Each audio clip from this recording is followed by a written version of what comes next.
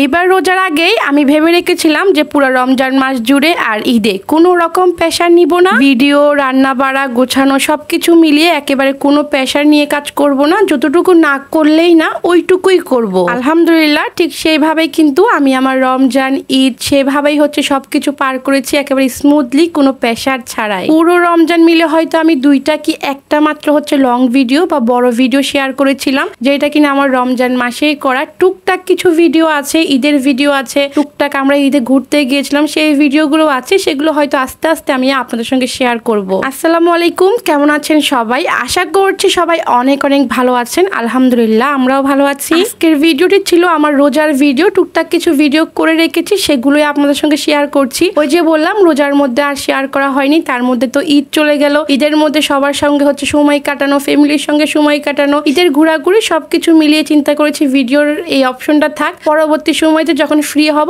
তখন আপনাদের সঙ্গে ভিডিওগুলো একটু একটু করে শেয়ার করব।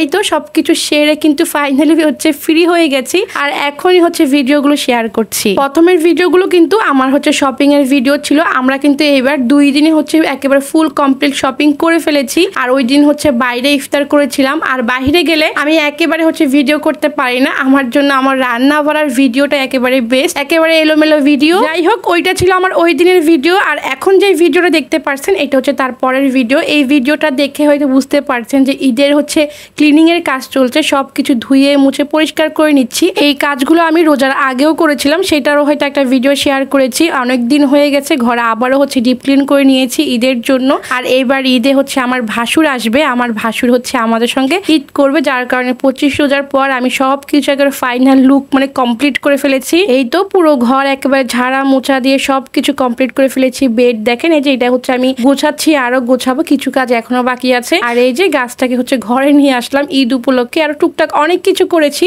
সবকিছু আসলে শেয়ার করা সম্ভব হয় না। আর এই দেখেন বেডরুমটা কিন্তু আমি সবার আগে গুছিয়ে অন্য কাজগুলো করতে গিয়েছিলাম। আর আমার যেহেতু বাচ্চা আছে এই রুমে আস্তে আস্তে দেখি পুরো ঘর সে হচ্ছে আবার এলোমেলো করে ফেলেছে। বাচ্চাদের ঘরের আসলে এই অবস্থা। মোটামুটি পুরো রমজানে আজকে হচ্ছে অনেক বেশি প্রেশার নিয়ে কাজ করেছি, মানে ডিপ ক্লিনের কাজ করেছি।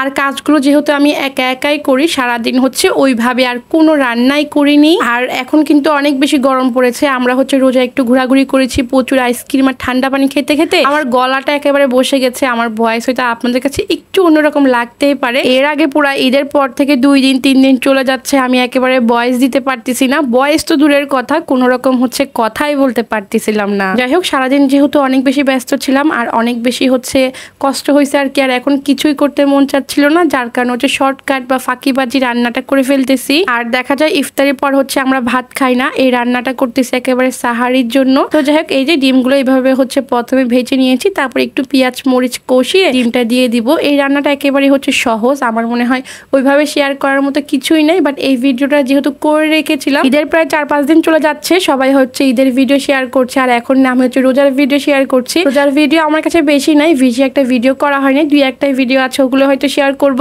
তারপর হচ্ছে আমি আমার ঈদের ভিডিওগুলো শেয়ার করব। যাই হোক এই যে দেখেন সিম্পল রান্নাটা কিন্তু শেষ, এখন হচ্ছে উপরে ধনিয়া পাতা দিয়ে দিচ্ছি। আর হচ্ছে ডাল রান্না করে নিয়েছিলাম, এটাই ছিল হচ্ছে আমাদের 2 জনের সাহারির রান্না ছিল। আর সাহারিতে এরকম হালকা পাতলা খাবার খেতে কিন্তু আমরা বেশি পছন্দ করি, আর পুরো রমজান জুড়ে কিন্তু আমরা এই ধরনের হচ্ছে খাওয়া দাওয়া করেছি। যাই হোক এই ছিল আমার আজকের একেবারে এলোমেলো ভিডিও, ওইভাবে হচ্ছে গুছিয়ে শেয়ার করতে পারিনি।